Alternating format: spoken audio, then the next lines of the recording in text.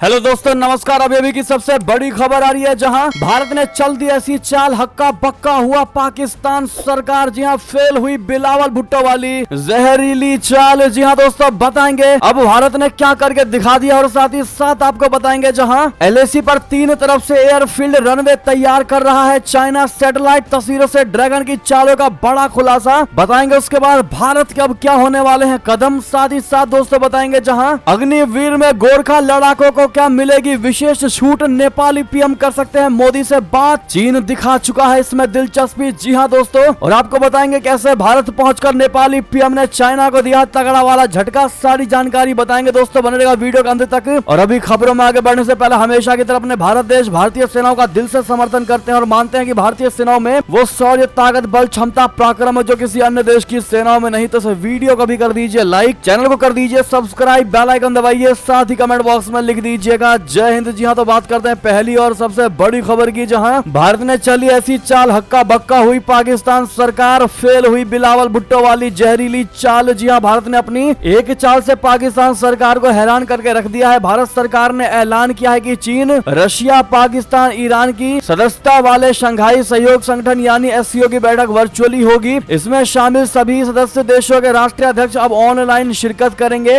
भारत के इस ऐलान से पाकिस्तान सदमे में आ गया है। इससे पहले SCO के विदेश मंत्रियों की बैठक में पाकिस्तानी विदेश मंत्री बिलावल भुट्टो ने भारत के खिलाफ जमकर जहर उगला था। भारतीय विदेश मंत्री जयशंकर जी ने उन्हें करारा जवाब देकर बोलती बंद कर दी थी। पाकिस्तान की मंशा थी कि शहबाज शरीफ के भारत दौरे के दौरान एक बार फिर से कश्मीर का राग अलापा जाए, लेकिन अब वो सफल नहीं होने जा रहा। पाकिस्तान के विदेश मंत्रालय ने माना है कि भारत ने उन्हें ऑनलाइन शिखर सम्मेलन की सूचना मिल गई है। वहीं पाकिस्तानी अखबार एक्सप्रेस ट्रिब्यून की रिपोर्ट के मुताबिक भारत के कदम से पाकिस्तान हैरान है। पाकिस्तान के विदेश मंत्रालय के एक अधिकारी ने नाम नहीं बताने के शर्त पर कहा है कि भारत का यह कदम सभी के लिए हैरान करने वाला है। पाकिस्तान को इस वर्चुअल शिखर सम्मेलन बैठक के फैसले की जानकारी मंगलवार को भारत की ओर से लिखे गए एक पत्र से हुई है। बता दें, भारत ने इस सम्मेलन को वर्चुअल करके शहबाज शरीफ के भारत दौरे की संभावना को ही खत्म कर दिया। तो वहीं विश्लेषकों का कहना है कि सितंबर में G20 की बैठक होने वाली है, जिसमें पुतिन और जिनपिंग दोनों आने वाले हैं। भारत इनके साथ आसानी से बैठकर मीटिंग कर सकेगा, लेकिन पाकिस्तान इसका हिस्सा नहीं है, इसीलिए उसे खाली हाथ संतोष करना पड़ेगा। भारत इस समय G20 और SCO दोनों का अध्यक्ष है। जी हां दोस्तों, ऐसे में भारत ने जो ये बड़ा फैसला लिया है वो पाकिस्तान के हर मंसूबों पर पानी फेर रहा है, खास करके कश्मीर वाले मुद्दे पर। अब किसके सामने रोएगा शहबाज शरीफ। अब ऐसे में दोस्तों, भारत की इस कूटनीति का अगर आप भी दिल से समर्थन करते तो कमेंट में मोदी है तो हर चीज मुमकिन है कहना बिल्कुल मत भूलिएगा। और दोस्तों, वीडियो को जरूर शेयर करिएगा हमेशा की तरह व्हाट्सएप, फेसबुक पर, ताकि हर कोई अपनी राय रख सके और पाकिस्तान के इन मंसूबों और भारत के इस फैसले की खबर प्राप्त कर सके। चलते हैं अगली खबर की तरफ, जहां LAC पर 3 तरफ से एयरफील्ड रनवे तैयार कर रहा चीन। सैटेलाइट तस्वीरों से ड्रैगन की चालों का बड़ा पर्दाफाश। जी हां, चीन की नई चाल देखकर तो यही लग रहा है जैसे वो युद्ध की तैयारी कर रहा हो। जी हां, एक तरफ तो मीठी मीठी भाषा बोलकर गफलत में रखने की नीति, और दूसरी ओर चीन बड़े पैमाने में निर्माण कर रहा है ताकि युद्ध के वक्त उसे किसी भी तरह की कोई परेशानी ना हो। सैटेलाइट से मिली जानकारी के अनुसार और तस्वीरों के अनुसार ड्रैगन की नापाक करतूतों का पर्दाफाश किया गया है। चीन भारत से सटी सीमाओं पर runway, building, fighter jet, shelter जैसे निर्माण कर रहा है। इससे साफ हो रहा है कि वो भारत के खिलाफ कोई नई रणनीति बना रहा है। चीन की फितरत में ही गद्दारी बसती है, ऐसे में आपको आश्चर्य नहीं होगा ये खबर जानकर, लेकिन शायद वो भूल रहा है कि भारत चीन को मुंह तोड़ जवाब देने को हर वक्त तैयार है। चीन जो तैयारी कर रहा है उसको देखते हुए लग रहा है कि वो हवाई युद्ध करना चाहता है, इसीलिए वो रनवे, शेल्टर, बिल्डिंग बना रहा है। तस्वीरों में ये तो साफ हो रहा है कि रनवे के आसपास निर्माण कार्य हो रहा है। वो यहाँ पर पुल और सड़क भी बना रहा है, जिस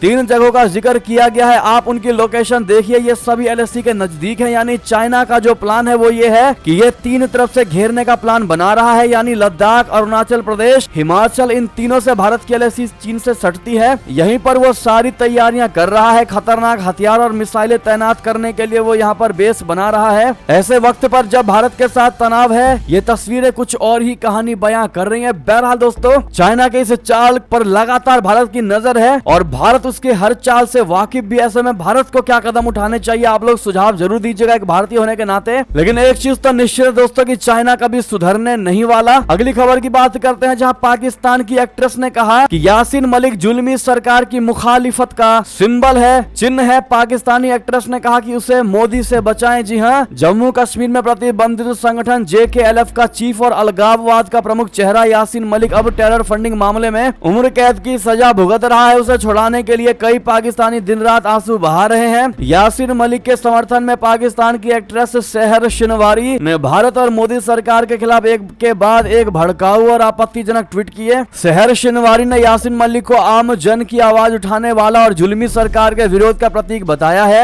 यासीन मलिक को मिली सजा से पाकिस्तानी एक्ट्रेस बेहद खफा है। पाकिस्तानी एक्ट्रेस सेहर शिनवारी ने यासीन मलिक को रिहा करने की मांग करते हुए कहा कि मैं दुनिया के सभी मानवाधिकार संगठनों से अनुरोध करती हूं कि वे इस मामले में हस्तक्षेप करें और इंडिया की गवर्नमेंट को अपराध को करने से रोके। पाकिस्तानी एक्ट्रेस ने कहा कि मोदी सरकार जम्मू कश्मीर में मानवाधिकारों का उल्लंघन कर रही है, यूएन को उसको रोकना चाहिए। पाकिस्तानी एक्ट्रेस ने एक ट्वीट को रीट्वीट करते हुए कहा कि कश्मीर में गुजरात के कसाई द्वारा दी जा रही पीड़ा से दुनिया आंख नहीं मूंद सकती, हमें हिंसा और उत्पीड़न की निंदा करनी चाहिए। जी हाँ, वैसे में दोस्तों आप समझ ही जा रहे होंगे कि किसको लेकर इस पाकिस्तानी एक्ट्रेस ने यह बयान दिया है। दोस्तों गुजरात का कसाई कहा गया। ऐसे में अगर आप इसको मुंह तोड़ जवाब देना चाहेंगे तो कमेंट के माध्यम से जरूर दीजिएगा और साथ ही साथ कमेंट में लॉन्ग लिव मोदी जी जरूर कह दीजिएगा। बहुत से लोग कमेंट में ये लिखकर बता रहे हैं कि यासीन मलिक को फांसी ही होनी चाहिए। इस पर आपका क्या टेक है दोस्तों, कमेंट में जरूर बताइएगा। चलते हैं अगली खबर की तरफ, जहां अग्निवीर में गोरखा लड़ाकों को मिलेगी क्या विशेष छूट। नेपाली पीएम कर सकते हैं मोदी जी से बात, चीन दिखा चुका है इस चीज में दिलचस्पी। जी हाँ, नेपाल के प्रधानमंत्री पुष्प कमल दहल प्रचंड भारत दौरे पर हैं, आप सभी जानते हैं। बीते साल प्रधानमंत्री बनने के बाद ये उनकी पहली द्विपक्षीय विदेश यात्रा भी है। इस अवसर पर पीएम मोदी और प्रधानमंत्री पुष्प कमल दहल प्रचंड की मौजूदगी में दोनों देशों के बीच कई क्षेत्रों में समझौता ज्ञापनों पर हस्ताक्षर किए गए। ऐसा भी कहा जा रहा है कि नेपाल के प्रधानमंत्री पुष्प कमल दहल प्रचंड इस यात्रा के दौरान भारतीय सेना में भर्ती गोरखा लड़ाकों के लिए बेहतर शर्तों पर जोर देंगे। आपको बता दें कि नेपाली गोरखा 200 सालों से भी अधिक समय से भारतीय सेना का अहम हिस्सा रहे हैं, लेकिन बीते साल आई भारत की अग्निपथ योजना को लेकर नेपाली गोरखाओं में संशय बना हुआ है। नेपाल की पूर्ववर्ती सरकार ने अग्निपथ योजना में गोरखाओं की भर्ती रोक दी थी। ऐसे में गोरखाओं का इंडियन आर्मी में आना बंद हो गया है। भारत सरकार के आंकड़ों के मुताबिक भारतीय सेना में वर्तमान में 7 गोरखा रेजिमेंट है, जिनमें 28,000 नेपाली गोरखा शामिल हैं। गोरखा सैनिकों ने कई दशकों तक भारतीय सेना की तरफ से युद्धों में अपना शौर्य दिखाया है और यही वजह है कि चाइना भी अब गोरखा सैनिकों पर ढोरे डाल रहा है। जी हाँ, कुछ ऐसी रिपोर्ट्स भी मिली है कि चाइना नेपाल के प्रसिद्ध गोरखाओं को अपनी पीपल्स लिबरेशन आर्मी यानी पीएलए में भर्ती करना चाहता है, यानी कि वो भारत की नकल करना चाहता है। आपको बता दें कि गोरखा सैनिक नेपाल के लिए राजस्व के अहम स्रोत रहे हैं, इसीलिए अग्निवीर योजना से नेपाल सरकार भी ना खुश है। जी हाँ, इस पर दोस्तों आपकी अपनी क्या निजी राय होगी, कमेंट में लिखकर अवश्य बताइएगा। और क्या अग्निवीर में गोरखा लड़ाकों को विशेष छूट मिलनी चाहिए, आप लोग इस पर क्या जवाब देंगे दोस्तों, हाँ या ना में जवाब जरूर दीजिएगा। साथ ही साथ आपको बता दें, जहां भारतीय वायुसेना का ट्रेनर विमान कर्नाटक के चामराजनगर में क्रैश, दोनों पायलट हुए सुरक्षित। जी हाँ, भारतीय वायुसेना का एक सूर्य किरण प्रशिक्षण विमान गुरुवार यानी 1 जून को कर्नाटक के चामराजनगर के मकाली गांव के पास दुर्घटनाग्रस्त हो गया। एक महिला पायलट समेत दोनों पायलट सुरक्षित हैं। आईएएफ अधिकारी ने बताया कि दुर्घटना के कारणों का पता लगाने के लिए कोर्ट ऑफ इंक्वायरी के आदेश दे दिए गए हैं। उन्होंने बताया कि यह विमान एक खुले मैदान में क्रैश हुआ है। विमान में सवार दोनों पायलट दुर्घटना से पहले सुरक्षित तरीके से विमान से कूद गए। इस ट्रेनर विमान ने बेंगलुरु में वायुसेना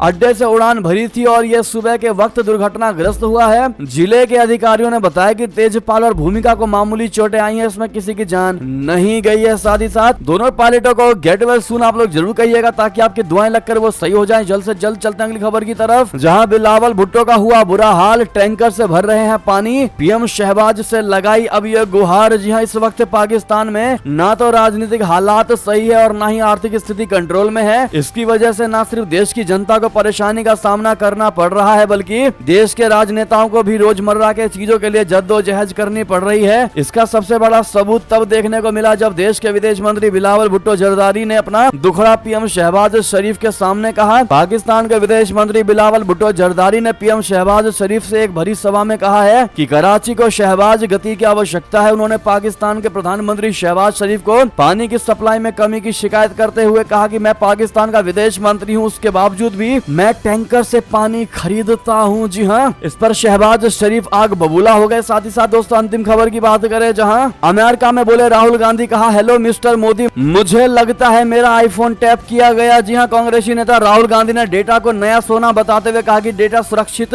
रखने पर उचित नियमों की आवश्यकता है। राहुल ने बुधवार को सिलिकॉन वैली के स्टार्टअप उद्यमियों के साथ बातचीत के दौरान यह टिप्पणी की। प्लग एंड प्ले सेंटर के मुख्य कार्यकारी अधिकारी यानी सीईओ एवं संस्थापक सईद हमीदी और फिक्स निक्स स्टार्टअप के संस्थापक शॉन शंकरन के साथ बातचीत में राहुल ने भारत के सुदूर गांवों के लोगों को तकनीक से जोड़ने की अहमियत और उसके प्रभावों के बारे में भी भी चर्चा की। उन्होंने एक सवाल के जवाब में कहा कि यदि आप भारत में किसी भी तकनीक का प्रसार करना चाहते हैं तो आपके पास एक ऐसी प्रणाली होनी चाहिए जहां शक्ति अपेक्षाकृत केंद्रित ना हो। उन्होंने कहा एक समय था जब उन्हें पता था कि उनका फोन टैप किया जा रहा है और उन्होंने अपने आईफोन पर मजाक में कहा कि हेलो मिस्टर मोदी। राहुल ने कहा मुझे लगता है मेरा आईफोन टैप किया गया। आपको एक राष्ट्र के रूप में और एक व्यक्ति के रूप में भी डेटा सूचना की गोपनीयता के संबंध में नियम बनाने की आवश्यकता है। यानी कि दोस्तों उन्होंने विदेश में जाकर के न जाने कितनी बार मोदी मोदी का नाम लिया होगा। हर बार मोदी जी की बुराई दोस्तों विदेश में जाकर के राहुल गांधी करते हैं। इस पर आपकी जो भी राय हो कमेंट में लिखकर अवश्य बताइएगा। अगर आप भी मानते हैं कि देश के प्रति सद्भावना, देश के प्रति प्यार ये नहीं है, बिल्कुल भी नहीं है कि आप विदेश में जाकर के अपने देश की आंतरिक मसलों की बुराइयां करें। इस पर देखते हैं भारत की जनता क्या कहती है। बहरहाल ये थी अब तक की सारी बड़ी खबरें। आपको हमारी खबर कैसी लगी? आशा करता हूं बहुत अच्छी लगी होगी, थोड़ी भी अच्छी लगी है तो इस वीडियो को भी अपने भाई बंधुओं में, दोस्तों में शेयर करना बिल्कुल मत भूलिएगा। अगर वीडियो को लाइक करके चैनल को सब्सक्राइब करके बेल आइकन दबा के कमेंट में जय हिंद जय भारत जरूर कह दीजिएगा। और यहाँ तक बने रहने के लिए आप सभी का बहुत बहुत धन्यवाद।